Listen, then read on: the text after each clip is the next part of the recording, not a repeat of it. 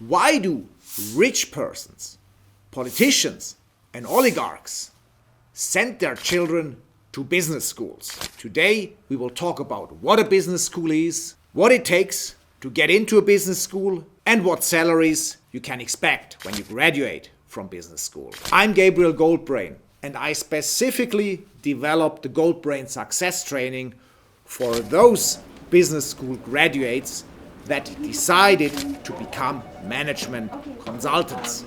Go to my website www.gabrielgoldbrain.com to find out more and how I can help you to get you a job in management consulting. So first of all, what is a business school? A business school is like a university or a college where you can do a Master's of Business Administration. It is often also just called an MBA, which stands for Master of Business Administration. The curriculum of such a program is about analyzing businesses, analyzing markets, about solving business problems, and about learning everything that a successful manager needs. Completing an MBA takes between 1 and 2 years, depending which school you apply for and in which region you do your MBA. Generally speaking, you won't start an MBA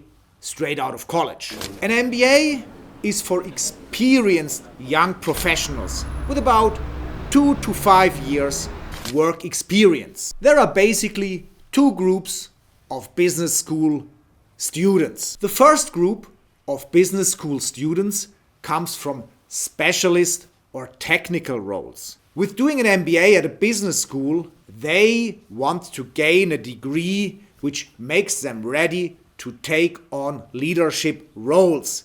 They want to learn the tools for being a successful manager. The second group of business school MBA students already has a business background. They want to have an MBA from a renowned business schools to boost their career. The first group that comes from a technical background prefers the longer programs where they learn more about business because they lack it in their CV. As they want to become a successful manager, they need all the tools which make them successful managers.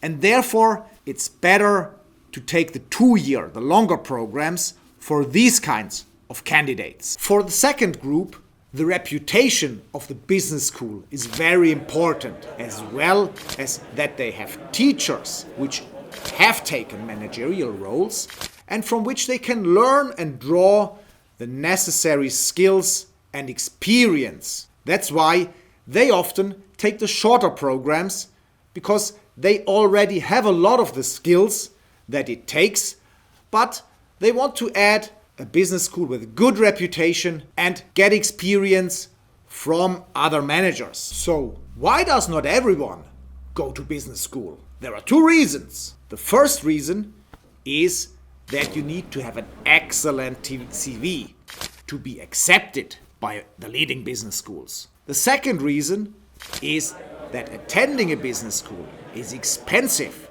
It can cost you easily $100,000 to enroll in a business school and do an MBA. The expensive tuition fees are the main reason why only wealthy families can afford sending their children to business schools. These are oligarchs, these are politicians, these are entrepreneurs, and in general successful and influential persons who have the financial ability to pay the fees of the business schools. Other groups of students come from companies that give them financial support or that are so dedicated that they take out a loan on their own to do the business school studies. The last group are the extremely talented persons which get a scholarship, but that's a small minority. But don't get me wrong, the children of the wealthy families, they're also not stupid. They have excellent grades and a very good track record in their CV.